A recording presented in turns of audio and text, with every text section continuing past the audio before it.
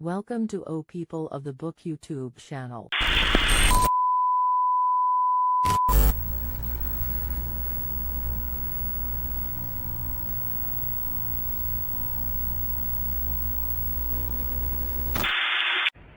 الله أكبر الله أكبر الله أكبر الله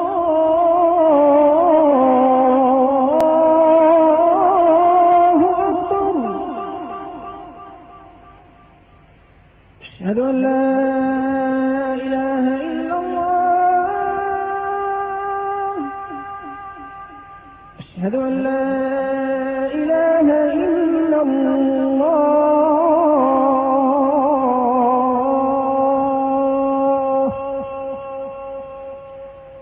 أشهد أن محمدا رسول الله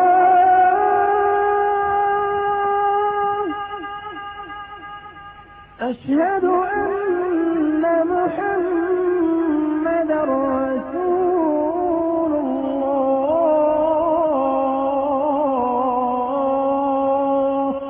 Oh, people of the Book YouTube channel.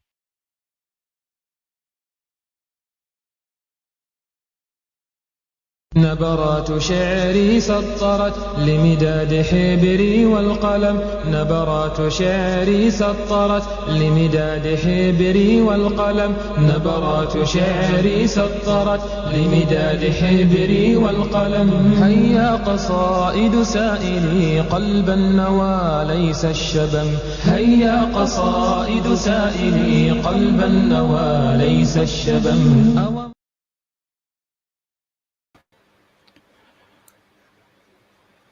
Bismillah, alhamdulillah, salatu wassalamu ala rasulullah, assalamu alaikum wa rahmatullahi wa barakatuh, and welcome to our Saturday show. For you, some might have already entered into Saturday, some may be going into Saturday, but my weekend is finishing. Some of you are going into your weekend. I got work tomorrow, game over, as usual.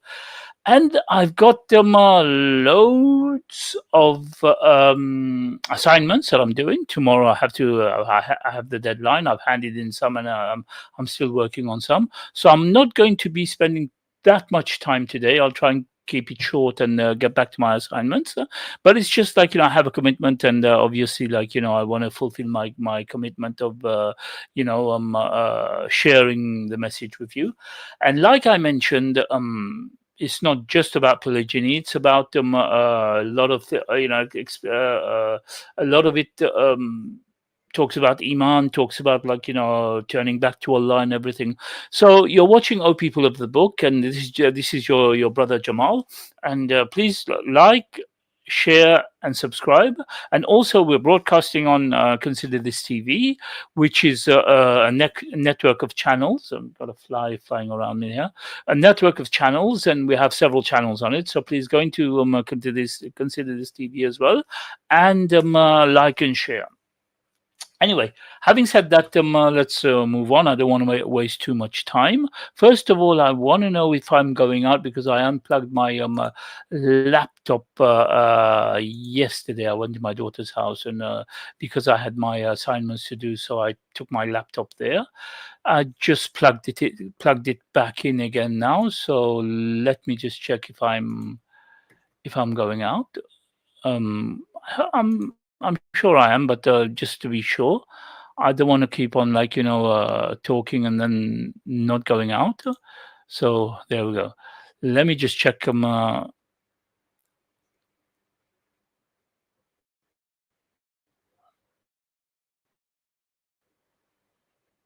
yeah. Yeah, okay, fine. So we're going out, so we're okay. So let's get back. Anyway, like I said, this week I'm going to be short. I'm going to be a bit short because, I've got the assignments I'm working on. And I've got my Sira assignment, I've got my Arabic assignment that I'm working on. So we're going to be a bit short. We were on page 244. Yeah, we're on page 244 on the book from Monogamy to Polygyny, a way through. And this is necessary reminders. Remember that this is a book written by sisters, 4 sisters. And it happened that I managed to have the book and I read it, so I decided to kind of like share it with my brothers and sisters. Brothers can benefit as well from it, although it was written by sisters for sisters. But you can get to know the sister that you're going to be taking into marriage, and it doesn't only deal with polygyny. It deals with building your iman and having trust in Allah and everything. So I would I wouldn't kind of shun it and say, oh, this brother's trying to push polygyny to anyone or whatever. Well, there you go. Anyway, we reached the second paragraph of the book, and it says here, do not let shaitan grip you with his lies and falsehood. Instead, use your power. A'udhu billahi minash shaitanir rajim. Unfortunately, women do not use this wonderful weapon enough. Let us tell you right now, 50% or more of the mess you will think and feel is caused by whispers of that nasty, evil shaitan. Tell us if you knowingly could avoid these destructive and deceptive whispers. Would you? Something very interesting. Obviously, anybody, if they could stop the whispers of shaitan, they would stop it. They would stop it, isn't it? You can by just saying, "Oh, the shaitan regime," which is something interesting because I don't know if many of us use that. Many of us, when we feel overwhelmed, whether we do use the Maud Bilemna Shaitan regime, and when we start things, when I start our morning, our day, our day or whatever, do we turn to Allah? All this is very important. Yeah. If you are watching right now, if you could just give a little note in the comments, and maybe ask me how I'm doing, and maybe I'll tell you I'm doing fine. Yeah. It's nice to know anyway that there are people who are watching, and like I said, I'm not here for the likes. I'm not here for the amount of people watching. Even if I don't have anyone watching, like I said, I have a commitment with you. So even if there wasn't anyone watching, I would still be doing the show because of the commitment that I have. And like I said, I've got my assignments waiting. I've just left my assignment and I decided to take a break and do this instead. So anyway, so please subscribe, like, and share. Every single time you have a thought that is bad, destructive, and will cause you to begin to cry and feel depressed, say "A'udhu billahi minash shaitanir rajim." Every single time you even have an inkling that you will begin to feel negatively about something that you aren't supposed to, say "A'udhu billahi minash shaitanir rajim." When you're feeling good, say "A'udhu billahi minash shaitanir rajim." When you are feeling bad and angry and depressed, say "A'udhu billahi minash shaitanir rajim." Say it aloud, repeat it over and over again. Trust us when we say it will help you rid of your unnecessary mind baggage.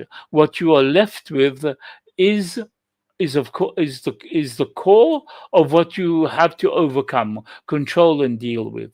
Wrap yourself in the words of the religion. Allow the words of Allah, the Prophet ﷺ, the Sahaba, the Tabi'in, ulama, and the students of knowledge to fill your mind and your hearts. Yeah, like I told you, it's not just talking about polygyny. This book, it's talking about everything else. It's building your iman, and who doesn't want to build their iman? Who doesn't want to build their iman? For those of you who obviously we're going to be facing Allah on the day of Yawm al-Qiyamah, and who doesn't want to build their iman? So yeah. Where are we now? Okay. These words will ultimately give you the power not only to survive, but to surpass all expectations of what you think you have inside you. Tap into your inner self and face the fact that you are to deal with, and not let the arrogance stop you from achieving a high goal. Learn your nature, your femininity, your place in Islam, yourself. Don't hide behind the fear and anger that stops you from facing issues within yourself. There are no other person controlling your mind and your emotions.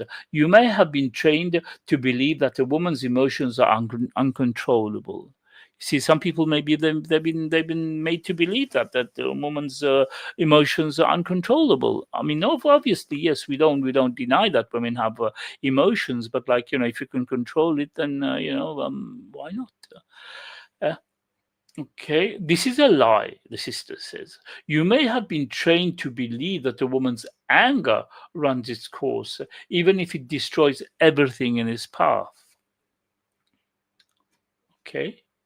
This is a lie. You may have been trained to believe that you must love a man so much that you risk your sanity. Okay, I've been telling you for a while now that, like, I'm not telling you not to love your husband. I'm not telling the husband not to love the wife, but like to a point where it runs you to insanity. You will fight. You will shout. You will you will do anything.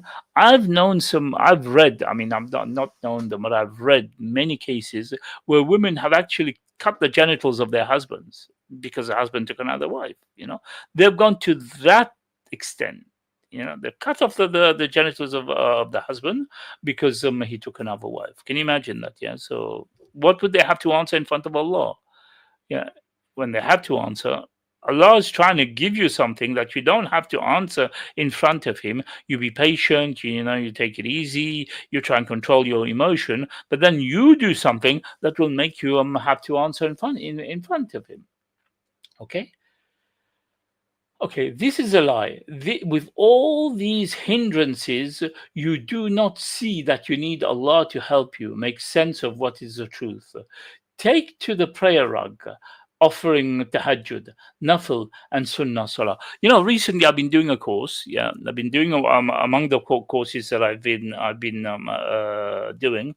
Part of my me finishing my bachelor's in Islamic studies, and one of the courses about the etiquettes of a student of knowledge, and the hadith as well. The hadith, what we've been doing, it's been pushing us to do more nafil, more sunnah. If you're turning to Allah more, it's been pushing us these hadith. Every lecture that we're doing, every new page that we're doing, is pushing us to get closer to Allah.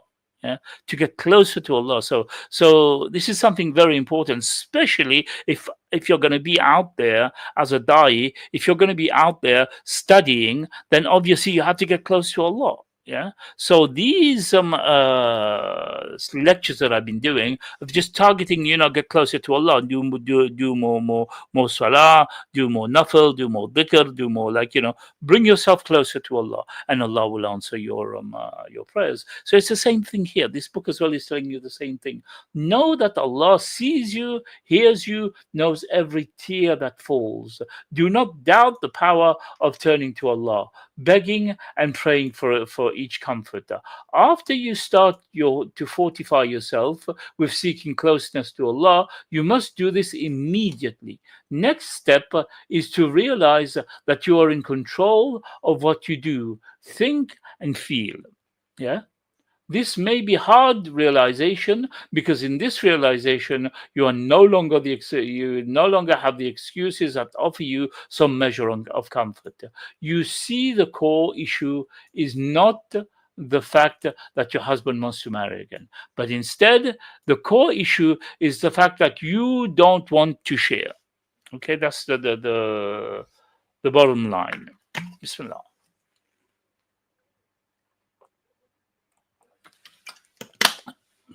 You don't want to share your husband with anyone, even if he was the worst man walking the earth.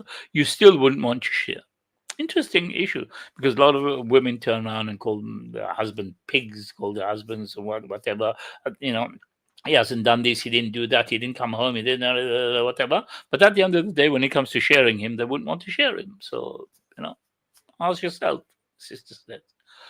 This is clearly, ask yourself, whatever your answers whatever your reasons, you must realize that they are your feelings and your emotions, so you are in control of them. You at this point, you are answering to your emotions. Wouldn't it be better if your emotions answered you and you controlled them?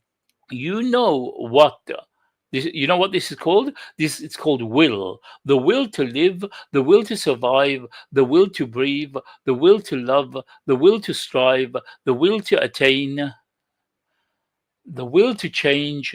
It is your will that you're in control of.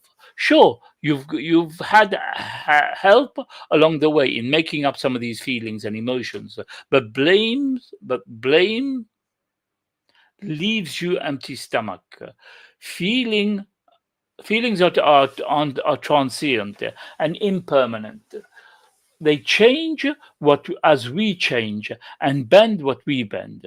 Emotions and feelings do not decide, for although you may have been trained to believe that a woman's emotions are uncontrollable, it is time for you to realize that you can make a change in whatever emotions and feelings towards you.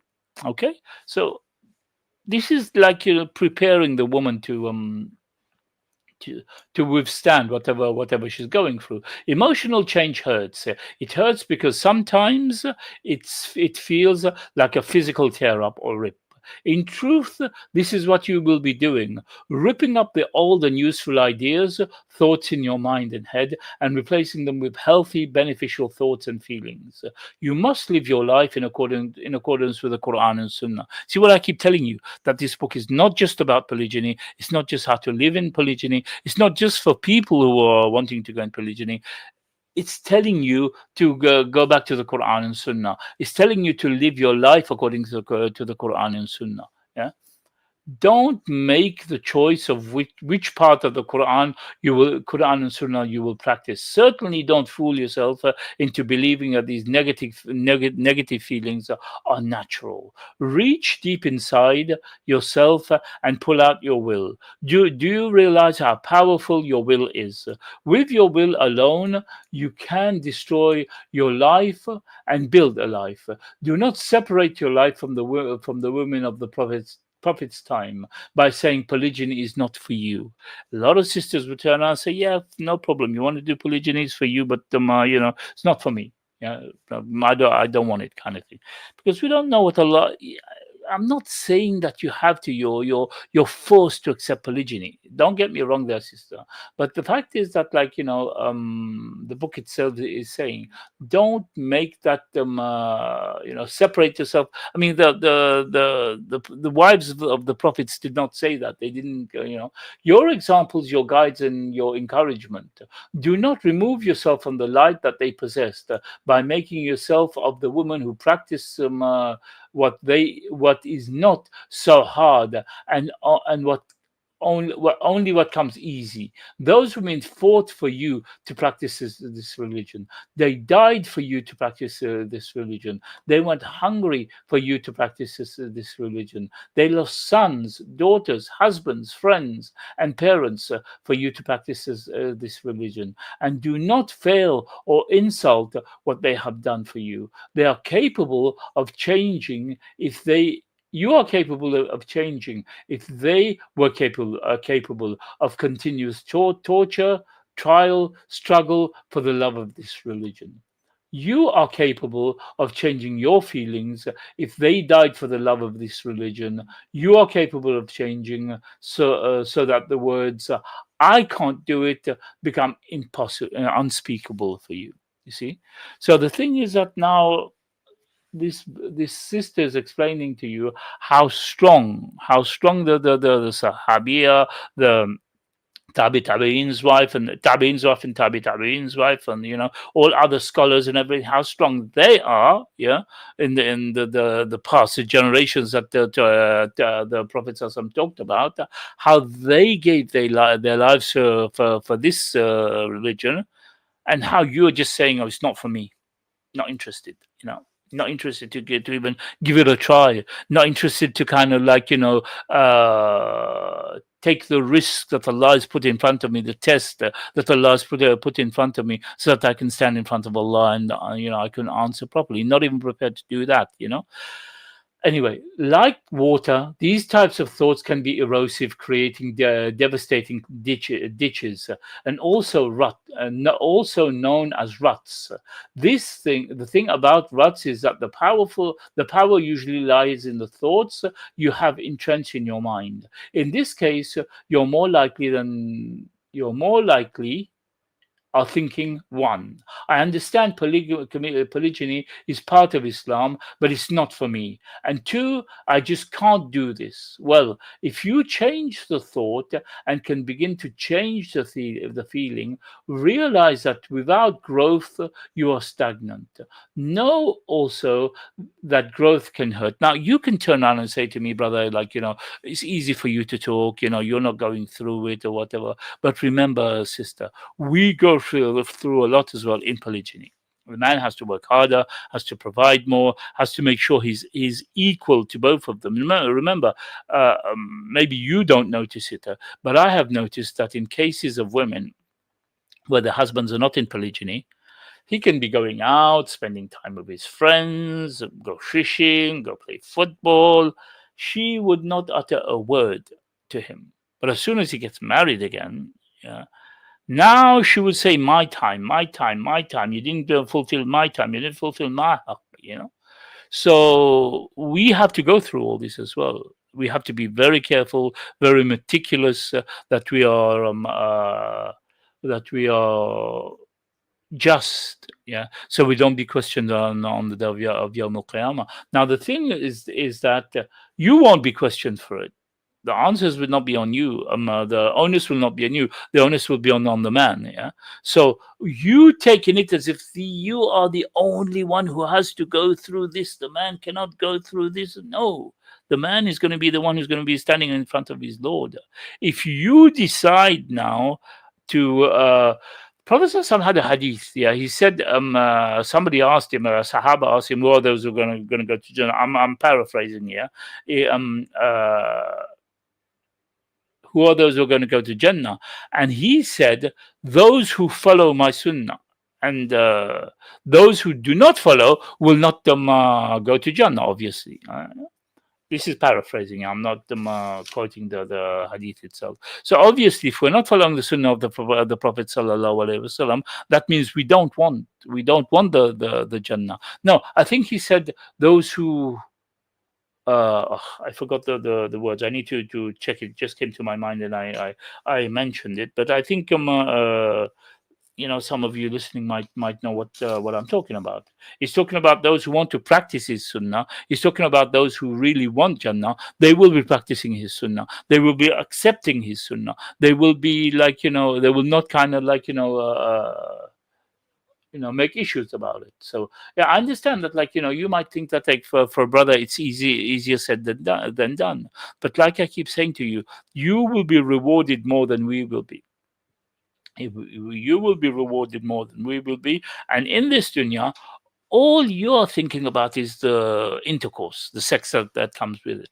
How much sex can a man have? How much can he have with another wife? How much? Just sit down and think about it. Okay, you think that the man is taking another wife just because of sex. Okay, fine. Every night, every single night, he cannot. Be realistic. There'll be a time when that will die out. There'll be a time when she will probably be, not available or whatever, And also, things will happen in the life. She will probably get pregnant. She'll probably, be doing other things in life. So don't think of it that the man getting another wife is sex only. He bliss for men and suffering for women. No, don't think of it that way. Just think of it as a trial that Allah subhanahu wa ta'ala has put on you. And remember, not every man can handle several women. Yeah. This is why polygyny is not for everybody. I keep saying that it's not for everybody. A lot of men have mouth. They talk, they can, but when the time comes, they cannot do it. And this is why maybe it doesn't work for every man, because when the time comes, they cannot do it. So, sister, stop thinking that, I hate polygyny. It's not for me or whatever. The man should be the one who should be worried. The man who's going to stand in front of Allah subhanahu wa ta'ala and answer about what he's done, what he hasn't done, what he's, injustices that he's done. He's the one that should be worried, not you. Yeah, you are thinking only by emotion. I understand polygamy is part of Islam, but it's not for me. You shouldn't be saying that. And two, I just can't do it. Well, if you change the thought, the thought, you can begin to change the feeling. Realize that without growth, you're stagnant. Know also that growth can hurt, and it is not always easy. As you grow, you feel strength and power that you possess as a servant of Allah. And how are you going to be able to fight these whispers of men and jinn? Without this growth, you are awash with ignorance, and you become like a gas tank that was filled with gas, but you traveled. But as you traveled, the gas depletes, and eventually you are empty. Know that your journey to Jannah, that you should be mind state that whatever it takes to get there, you will do it. I keep reminding the sisters of the rewards that Allah has put in front of them to attain that Jannah. And by going against it, fighting against your husband, fighting against the co-wife and everything, you could lose that chance of going to Jannah that Allah has given you. And the sister is reminding you of this now. The life of this world is but a fleeting, passing moment. Things. Think about this. Wasn't it just yesterday that you were 5 years younger and without children? Before you know it, you will be standing before Allah, wishing that your sins could be washed away. Okay, I sometimes think that, why did I waste so much time? I wasted a lot of time in the past, although I was practicing my deen, but I wasted a lot of time in the past, and there's a lot of things I could have done. I wish I'd done them much earlier. Anyway, we're on the 27-minute mark. I'm going to be staying until the 30-minute mark. I have to go because I got what's the name waiting. So let's just finish this page. Do not let shaitan fool you into thinking that you deny part of Allah's word for yourself and that it is okay. So if you're saying, "Oh, I don't want polygyny, I hate polygyny," denying Allah's word is not okay. Okay, the Quran is the words of Allah, the commandments of Allah. Allah has created you and your husband. Do you think that He created man and women the way He did with? Do you think that He created man and women the way He did with wisdom? Of course, the answer is yes. I keep reminding sisters that. Yeah. Do you think that Allah was not wise when He made polygyny acceptable, when He made it allowed? He was not wise then. You are wiser than Him for you to like and dislike and I don't want this, I don't want him to do this, I don't want him to do that. Yeah. So obviously, it was out of Allah's wisdom. Of course, the answer is yes. By knowing this, you must understand that when Allah speaks and allows something for His servant, then you must beware and avoid making that what is allowed something to be avoided. Yeah. So by you avoiding it, because you don't like it, talking bad about it, stopping sisters from getting into it.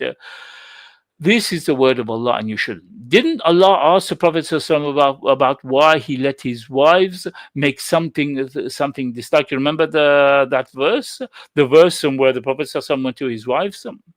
And he went to one of his wives and he drank something, and he came back to his wives, and Aisha and Hafsa radiallahu anha, they told him he smells of something. They were just doing that so that he can stop going to the other wife, kind of thing, And he turned around and said, as from today, I will not do it again.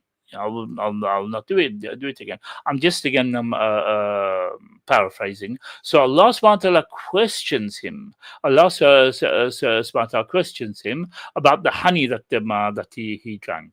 Okay, and Allah questions him and then says, "Why do you make haram what I made halal?" Because he made it haram on himself. So he's not going to do it again. It's not it's haram to do it again. So Allah subhanahu wa ta'ala questions him in the Quran. Yeah. Didn't Allah ask the Prophet ﷺ about why he let his wives make something disliked? Then when Allah had made it permissible, Allah knows our nature and our husband's nature. And in his wisdom, he allows polygyny. If you run away from polygyny, you run away from the words of Allah. Is it worth it? Possibly angering Allah. Islam has lifted the Muslim woman from being man's property to being sold, inherited, and unidentified. Okay, at the time before Islam, women were sold, women didn't have an identity, women didn't inherit. Islam brought them back, elevated the women. Now you're going to turn around and oh, I want to follow this, I want to follow that, but I don't want to follow that one. Yeah, the man, this is the only sunnah that the man knows. I'm not gonna follow that. A lot of women say that. A lot of sisters say that this is the only sunnah that he knows.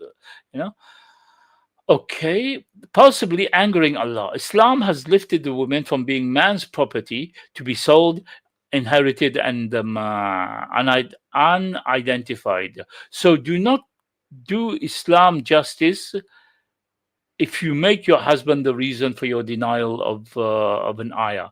You do not do Islam justice if you make your husband the reason for the denial of an ayah. You do not do Islam justice if you hide behind your husband as a reason for unacceptance. He is not your possession, neither are you his possession. You were put together, hopefully, with love and mercy between you and the attainment of Jannah. We always remember to see if our husbands love us, but we fail to always make sure to see that they are guiding us on the correct path. The most important part of being together is helping one another in birr and taqwa. Yeah, not to see who loves who more passionately. So I'm going to be finishing on this now. It's a 31 mark, the 32 mark, but just reminding you, that it's very important that husband and wife have to help each other. Remind them of salah. Go to salah together. Go to the masjid together if you can. Pray together. Pray behind your husband. And there's a lot of sunnahs that a man can practice towards his wife. The Prophet ﷺ was doing, that he can get the rewards for it. Rather than you just thinking about, in your head, who's going to get married to, is he going to get married again? It just goes crazy. Anyway. Page 249, we've reached page 249, and we've done the first paragraph. We've finished on more passionately. Next week we will start. If you do not love your husband correctly, always putting Allah and His Prophet first, then you become a slave to that love. Okay, so we're going to be doing this next week. So I'm going to finish here. I've got to go back to my homework. I got to hand in my assignments tomorrow. I just have a commitment, and like I said, even if there's 0 people watching, I have to do the show and leave it there. And then anytime anybody can come, and please, put comments if you have anything. Have a conversation with me, and if I have said anything wrong, please forgive me. And if anything good you got from Allah. So we'll finish here. 33 minutes. سبحانك اللهم وبحمدك أشهد أن لا إله إلا أستغفرك وأتوب إليك. سبحان ربك رب العزة عما يصفون وسلام على المرسلين والحمد لله رب العالمين. السلام عليكم ورحمة الله وبركاته.